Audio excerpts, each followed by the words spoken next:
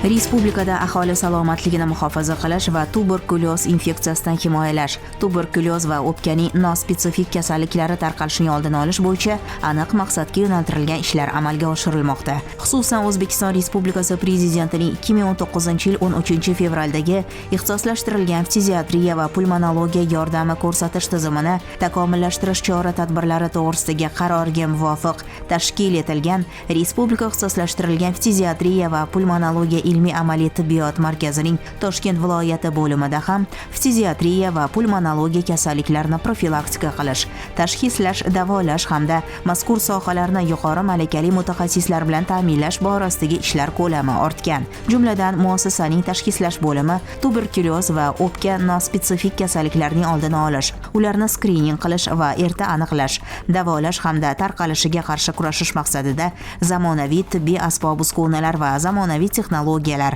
ilg'or jahon talablaridagi bilimlarga ega mutaxassislar bilan ta'minlangan.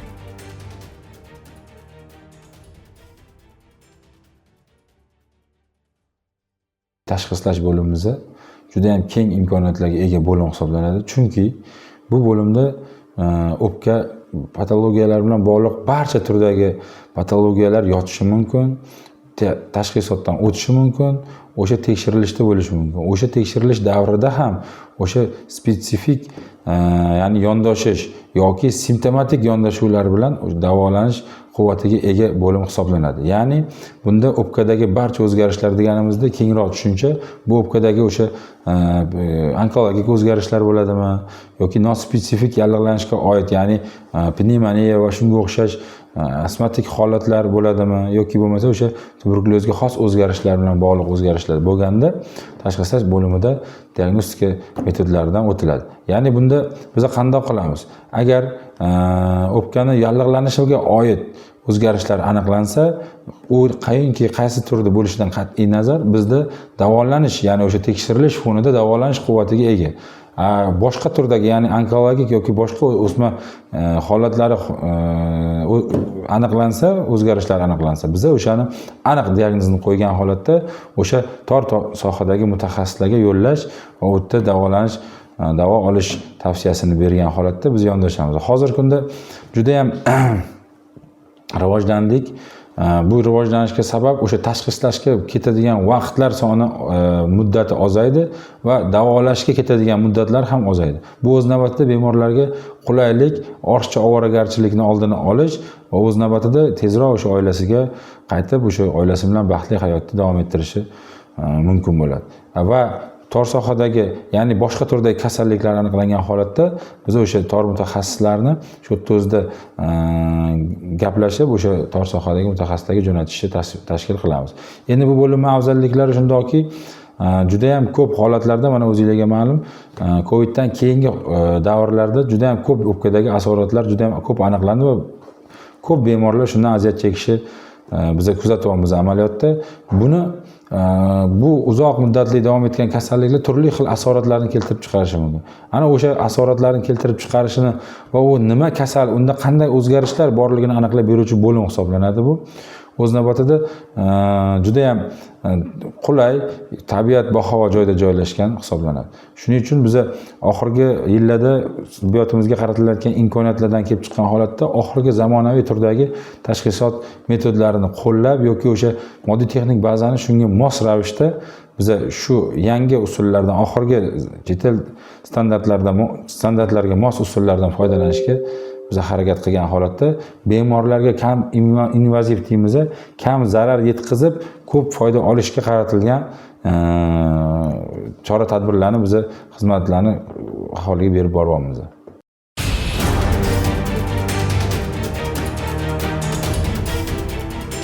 Aytish kerakki, bugungi kunda mamlakatimiz sog'liqni saqlash sohasi, shu jumladan ixtisoslashtirilgan fiziatriya va pulmonologiya tizimlarini ilg'or xorijiy tajriba asosida takomillashtirish va modernizatsiya qilish ishlari jadal sur'atlarda davom etmoqda. Buni biz aynan mazkur muassasa misolida ko'rishimiz mumkin. Mana shu Toshkent viloyati fiziatriya pulmonologiya markazida 25 yildan beri faoliyat yuritaman. Bizning bo'limimiz tashxislash bo'limi. Bu bo'lim 25 o'rinli bo'lim bo'lib, 20 ta o'rnimiz orderga, ya'ni bepul bemorlarga mo'ljallangan, 5 ta o'rnimiz bo'lsa pulli bemorlarga, yana imtiyozi yo'q bemorlarga mo'ljal qilingan. Bo'limda hozirgi paytda bir necha tashxislash bo'limi bo'lgani uchun bir necha kasalliklarni aniqlash maqsadida yotqiziladi bemorlar. Asosan bizda spesifik bemorlar, ya'ni hozirgi tuberkulyoz kasalligini aniqlash, keyin oxirgi paytda bizda pnevmoniya, ya'ni o'pkada zotiljam bo'lgan bemorlarni davolashni yo'lga qo'yganmiz. Bo'limimizda tekshirish usullari endi hozirgi eng zamonaviy rentgen apparatlari bizani o'sha shifoxonada rentgen xonamizda joylashtirilgan. Undan tashqari balg'amni gen ekspert usulida tekshirish, ya'ni tuberkulyoz kasalligi bormi, diagnostik maqsadida yo'qligini aniqlash maqsadida bemorlardan balg'am olamiz. Balg'am nusxalarini laboratoriya tekshirib beradi. Bizda laboratoriyamizda o'sha gen ekspert apparati joylashgan. Undan tashqari hozirgida oldinga nisbatan endi bo'limimiz juda ham eski bo'lgan, juda holati og'ir bo'lgan. Hozirda mana ko'rib turibsizlar, oxirgi o'sha zamonaviy hamma o'sha asbob uskunalar, meditsina asboblari, hamma qo'llanmalar hammasi yangi yuritilgan, yangi. Undan tashqari bemorlarimiz hozirda bizda azonoterapiya bilan ham, mana azonoterapiyani ham qabul qilyapti. Oxirgi 3-4 oydan beri azonoterapiyani ko'pchilik o'zi biladi, o'sha allergik, ya'ni bemorlar, undan tashqari shamollash tez bo'lib turgan, immun tizimi tushgan bemorlarga juda ham yaxshi ta'sir qilishi va qon aylanish sistemasini yaxshi qilishda juda katta yordam beradi. Yana undan tashqari bo'limimizda pulli bemorlarimizga alohida xonalar, ularga o'sha ichida sanuzellari, undan oldin uni narsalar bo'lmagan. Hozirda o'sha sanuzellar ichida bemorlar uchun hamma shart-sharoitlari bor. Bemorlarimiz 5 vaqt ovqatlanishi yo'lga qo'yilgan. Undan tashqari bizda yana yurak va qon aylanish sistemalarida kasalliklar bo'lsa, uni aniqlaymiz. Например, bizda EKG apparatlarimiz bor. Undan tashqari o'zimizga har haftada bir marta kardiologimiz keladi. Undan tashqari bizda imkoniyat bor tashxislashda. Oldin o'sha onkomarkerlar qiyin bo'lardi. Hozir mana onkologik bemorlarga ham biza bemalol kasallikni aniqlab berishi usullari bilan, yangi usullar bilan qo'llanyapmiz. Yana nima deyman, bemorlarimiz bizdan mamnun.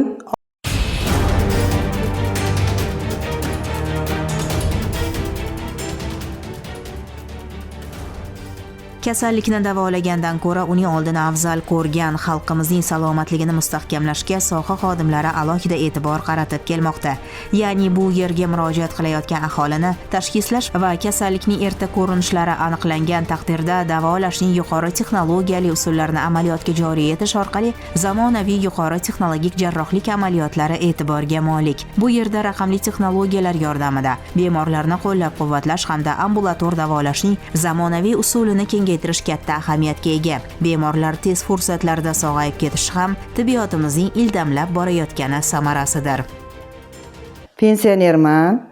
Bo'ka tumanidan davolanishga keldim. Bu ikkinchi marta kelishim. Birinchi marta kelganda og'ir ahvolda edim. Gulchehra Vahidovna yaxshi davolab, shu yerdan davo topib, ikkinchi marta yana order bilan davolanyapman. Hamshiralari, sanitarkalar hammasi, xizmatchilar juda ham yaxshi, shirin so'z. Men asma bronxit bilan kelgandim. Davoladilar. Keyin jigarimda chiqib qoldi. Jigarimda qotish bor edi. Uni ham davoladilar. Baraka topsinlar. Juda ham yaxshi shifokor ekanlar. Men shulardan davo topdim. 1 yilda shunday yaxshi bo'lib ketdim. Kelganda og'ir ahvolda edim. Hammalariga rahmat, shifokorlardan minnatdorman. Yana Xudo xolasa kelib davolanib, sog'lig'imni tiklayman. Hammalarga rahmat. Bir so'z bilan aytganda, mamlakatimizda tibbiyot sohasida olib borilayotgan islohotlar samarasida tizim zamonaviy texnika va texnologiyalar bilan to'liq ta'minlanib, natijada aholiga sifatli va samarali tibbiy xizmat ko'rsatib kelinmoqda. Bu esa yurtimizda inson qadri yuksak darajada ulug'lanayotganining yana bir amaliy ko'rinishidir.